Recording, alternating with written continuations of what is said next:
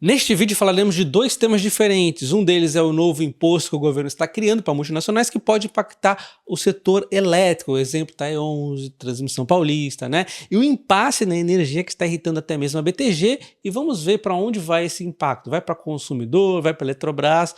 Deixa o like no vídeo, considere também se inscrever no canal ativando o sino. É importante que você ative o sino para ser notificado quando eu faço novos vídeos, tá? E vamos começar sobre esse imposto mínimo de 15% CSLL sobre empresas aqui, para empresas multinacionais. Será que é realmente justo? Então o Brasil está criando um imposto mínimo CSL de 15% para empresas multinacionais que tenham tido lucro de 750 milhões de euros, pelo menos nos últimos 4 anos, 2 deles tenham tido um lucro de 750 milhões ou mais, tá?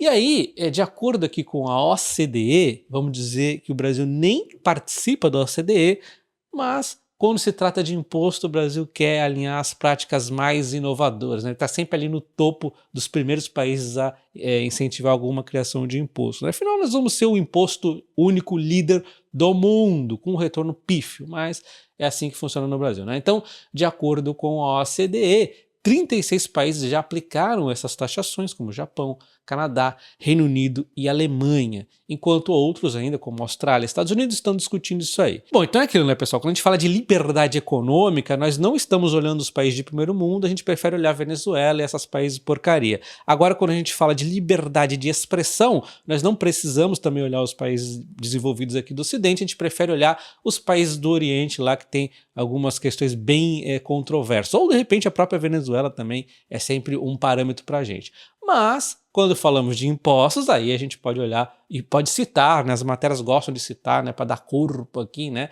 estamos olhando a OCDE, quando se fala de imposto é isso, né, mas enfim, eu vou até antecipar aqui o meu veredito, que eu não acho isso aqui ruim. O problema é que o Brasil tem uma questão tributária tão complexa que vai gerar desdobramentos, a gente já vai chegar lá, tá? Então olha só, o Brasil, né, não participa da OCDE, mas está aqui alinhado com essa nova diretriz. O objetivo é o quê? É que acontece uma erosão da base tributária, e a transferência de lucros são fenômenos que ocorrem quando as multinacionais buscam mecanismos nos diversos países em que estão presentes para driblar encargos tributários. Tudo bem, faz parte do jogo, né? E aí eles querem estabelecer o quê? O imposto mínimo de 15%. Acima de 15%, beleza. Quer ir para driblar, fazer o que for para pegar 15%, beleza. Abaixo de 15%, você vai ter o imposto aqui no Brasil, tá? Então, basicamente, é uma forma... estão fazendo um grupinho aqui, né? Um conjunto de países fazendo isso, combinando entre si, para todos eles fazendo essa taxação, porque senão não funcionaria muito, tá? Enfim, a expectativa é que o volume global de lucros subtributados seja reduzido em 80%, saindo de 36% para 7%, de acordo com a CDE.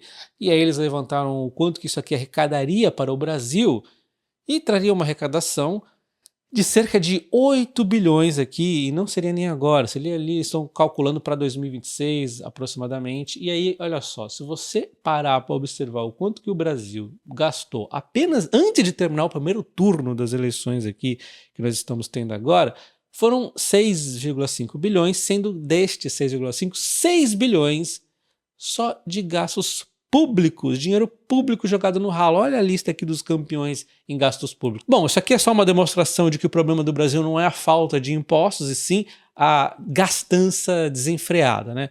Mas mesmo assim, vamos tentar entender. Esse novo imposto aqui, será que ele é tão ruim? Vamos então refletir. Bom, o que eles impactam aqui a empresa? Segundo aqui um especialista, o Aguirre, ele diz que as empresas que competem com o Brasil também pretendem aplicar esse tipo de imposto. Então, por ser uma coisa conjunto, não vai acabar impactando. O que eu não tenho certeza absoluta, porque nós estamos vendo vários países ainda discutindo sobre isso, não estão aprovando ainda. Então, não sei, tem que ter uma adesão completa para realmente termos convicção nessa frase, mas tudo bem. Num primeiro momento, pode ser que realmente não impacte. Todo mundo ali faz o pacto do mal, né, vamos chamar, e aí todo mundo cobra esse imposto novo aqui, e aí tudo certo. Só que, como eu disse para vocês, o Brasil é um país extremamente complexo em questão tributária. Olha só, por outro lado, o advogado relembra que o país ainda tem uma série de benefícios fiscais que podem perder a sua eficiência com essa taxação mínima de 15%. Todos são baseados na redução de impostos para empresas que, de modo que esses benefícios tendem a perder eficiência. Com o adicional da CSLL, a gente tira com uma mão e cobra com a outra. E olha só os tipos de benefícios que podem ser impactados, aí vocês vão entender eu chegando lá nas empresas de transmissão. Benefícios de apoio à cultura, benefícios de pesquisa e desenvolvimento, deve ter bastante empresa aqui impactada, né? Benefício de lei do bem, o PAT ali, e olha só, aqui nós chegamos então nas empresas de transmissão de energia, que pode mexer com a competição entre elas e pode mexer inclusive no impacto ao consumidor, que de qualquer forma o impacto ao consumidor vai acontecer provavelmente, né? Então o que acontece? Se realmente deixarem o impacto para o Sudam e o Sudene, você já deve ter visto linhas de transmissão, a Taes, Transmissão Paulista, com esses benefícios fiscais aqui, né? Então, são ligados a desenvolvimento em linhas que passam no Nordeste, por exemplo, e desenvolvimento no Amazonas ou Sudão. Empresas de geração também podem ser impactadas, mas eu quis citar aqui as de transmissão porque acho que é mais claro como que pode distorcer um pouco as coisas. Olha só. Nós temos aqui, por exemplo, a State Grid, que tem ganhado aqui leilões de transmissão eventualmente no Brasil. Ela não poderia, então, utilizar mais esse benefício fiscal Sudene, e isso traria uma vantagem, por exemplo, para a Taesa, porque a Taesa ela pode utilizar esse benefício. Então, é uma melhoria aqui para as empresas brasileiras, um pouco que desleal isso aqui, né? Acaba favorecendo uma em relação à outra, né? E porque a Taesa não é multinacional, e aí inclusive gera um pouco de dúvida, mas quem vai ser considerado multinacional e quem não vai? Será que a Transmissão Paulista vai ser considerada multinacional, já que ela é controlada por uma empresa colombiana?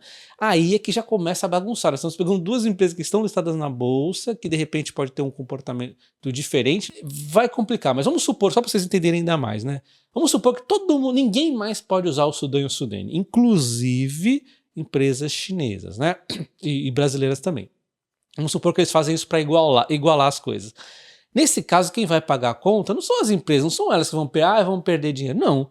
Quem vai perder é o consumidor, tá? Então o que vai acontecer é que o consumidor vai ter essa energia, esse custo repassado para ele. Porque quando as empresas dão o lance ali na transmissão, elas já sabem desse benefício, né? Então elas já dão com esse desconto aqui. Se tirar esse desconto, elas repassam para o consumidor. Simples assim. Então 100% vai para o consumidor se tirarem isso aqui. Se deixarem para umas e para outras não, vai ter uma competição bagunçada, indiretamente parte do consumidor vai acabar pagando, parte as outras empresas ali, né, que não podem competir de forma igualitária, tá? E por que esses benefícios existem, né? Primeiro que existe uma forçação de barra para utilizar demais no Nordeste ali. A gente viu até os caras fazendo termoelétricas lá no Nordeste. Para que raios isso? Não tem vantagem nenhuma. Quando a gente fala de eólica solar, faz algum sentido porque lá é uma região privilegiada, né? Mas quando a gente fala de outro termoelétrico, não tem nexo nenhum, né? Então é basicamente você forçar a barra para depois ter que construir um monte de linha de transmissão que tem um custo adicional, enfim. É coisas do Brasil, é as bagunças que o brasileiro gosta de fazer e depois não sabe por que tem tantos gastos, por que a energia é cara, sendo que nós somos um país privilegiado mundialmente aqui para energia, mas é muito imposto, é muita bagunça, é muito gambiarra que eles fazem, né? Enfim. Esses impostos aqui podem mexer com a competição do sistema de transmissão, podem impactar o consumidor, podem fazer um monte de coisa baseada numa questão ali que parecia inofensiva. Olha só, vocês estão vendo o quanto que o sistema do Brasil é complexo. Eu duvido que o pessoal tenha colocado tudo isso nas contas. Então acho que esse exemplo que eu mostrei aqui mostra com perfeição como que o sistema brasileiro é complexo de impostos, né? Você imagina que os caras que estão criando isso aqui, eles estão pensando que eles vão mexer lá na questão de transmissão, de geração e tudo mais? Olha a bagunça, né? Bom, então acho que foi bem claro que esse imposto aqui parece inofensivo, aí todo mundo vai fazer, não sei o que, é só 8 bilhões, mas na verdade é muito mais complexo. Eu mostrei ali o setor elétrico para ver diversos desdobramentos que podem ser muito mais do que esses 8 bilhões que eles falam. É uma bagunça, assim, só o tempo no geral que pode acontecer, tá? E agora vamos para a segunda parte do vídeo, um escalho, uma bagunça, uma zoeira com a cara do brasileiro, né? Que é esse impasse aqui envolvendo o Amazonas Energia, quem vai pagar a conta? Será que vai sobrar para a Eletrobras, para o brasileiro? Por que a BTG ficou brava? Vou explicar isso para vocês, isso já foi um tema aqui de vídeos no canal, mas agora nós vamos ver aqui através dessa matéria, para vocês verem que não falo da minha cabeça essas coisas.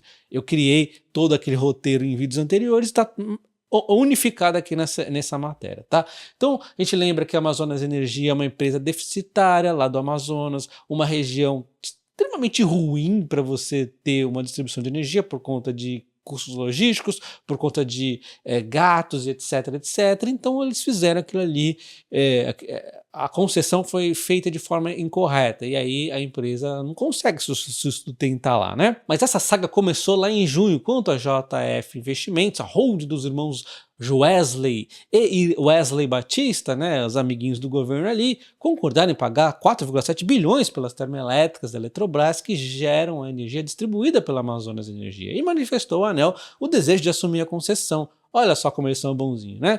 E aí, dias depois, o governo publicou uma MP, temperadinha, sob medida para os irmãos Batista, mas foi só coincidência, tá? Inclusive, a empresa dos irmãos Batista tiveram 17 reuniões em ministério antes de receber o benefício do governo Lula. Olha só que coincidência, aqui, palavras do próprio Dilma de Minas Energia, ele falou que foi coincidência, tá? Puxa vida, e a gente duvidando dele, né?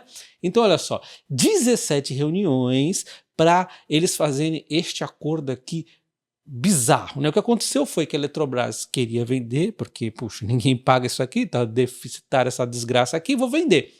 Aí, para surpresa de todo mundo, a JF Investimentos comprou por 4,7 bilhões. Uma bagatela, muito barato, se tivéssemos essa MP, mas acontece que nós não tínhamos essa MP. Então olha só, essa canetada do amor, ela deixou a empresa mais próxima do equilíbrio financeiro e fez a compra das termoelétricas da JF começar a fazer sentido para quem olhava de fora. Porque até então era o quê? Era uma empresa desgraceira lá que a Eletrobras queria vender, né? As termoelétricas lá, e aí a JF pagou um preço ali bagatela, baratinho, mas porra, tava uma desgraça aquele negócio. E aí a canetadinha fez o negócio ficar mágico, isso questão de dias, acho que foi 3 ou 4 dias depois deles comprarem a empresa das termoelétricas da Eletrobras, veio a MP, a canetada do amor ali, né?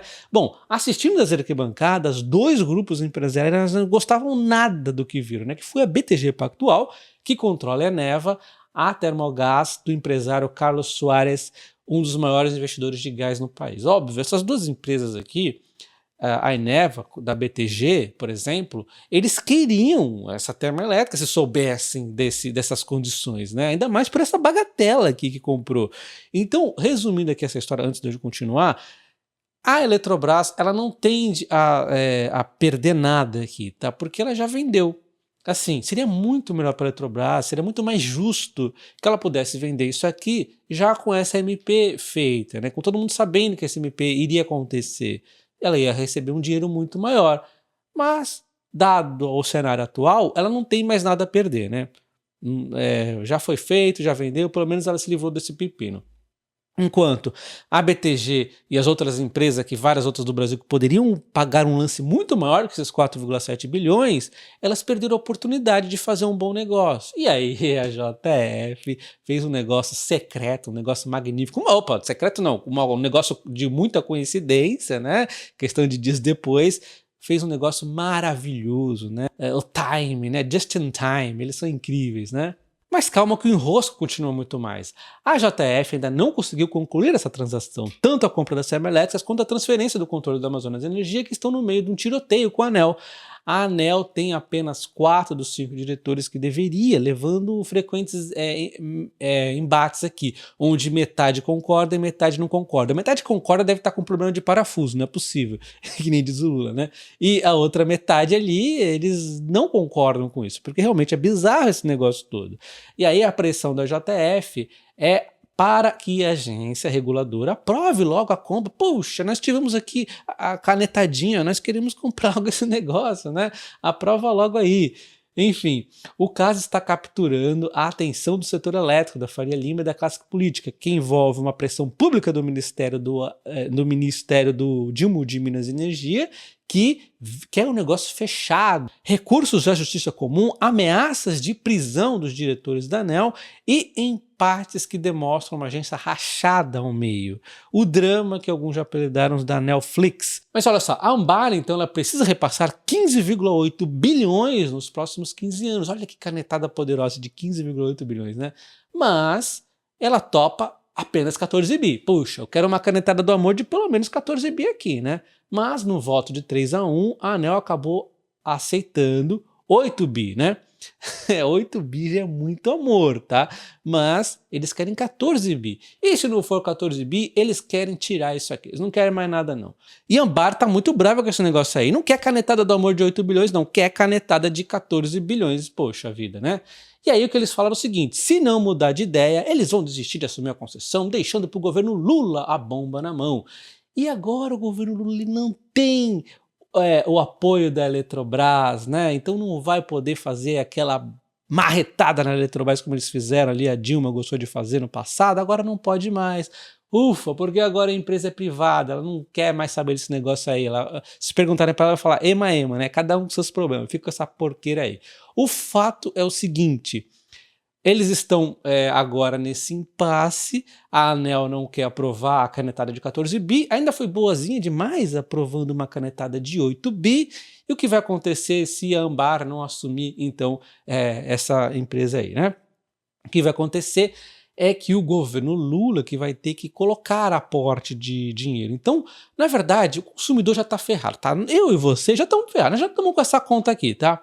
Então o que acontece é o seguinte: a dúvida é, você vai pagar essa conta via consumo de energia elétrica para ajudar os irmãos Batista, ou será que você vai pagar via impostos, né? Porque aí quem vai acabar pagando é o governo, né? O Tesouro ali teria que aportar os recursos da empresa. Só que o governo, óbvio que ele não quer isso, porque vai aumentar o rombo ali, aquela pressão e tudo mais, vai escancarar mais. Eles preferem fazer por debaixo do pano, via fazer você pagar via energia elétrica, escondidinho ali, né? E olha só, na quarta passada eles deram aqui um prazo de 48 horas para que concluísse a compra aqui da Amazonas pela Ambar, e a intimação foi feita que a transferência fosse aceitada nos acordos que os compradores propuseram, sem margens para julgamento da agência, o que é bizarro. O Dilma de Minas Energia chegou a ameaçar intervenção na ANEEL, citando um decreto, por incrível que pareça, que remonta na época da ditadura.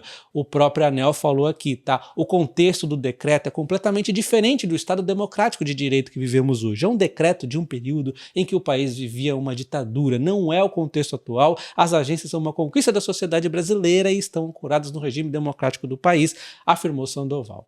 E o Dilma de Minas Energia tem a cara de pau de ir à imprensa dizer que a ANEEL trabalha contra o país. Será que trabalha contra o país ou será que é uma MP do amor que faz dias depois dos irmãos Batistas comprar aquela bendita daquelas usinas? E sabe o que vai acontecer? Se a Ambar perder esse processo que ela está na justiça, que deveria perder, óbvio, né?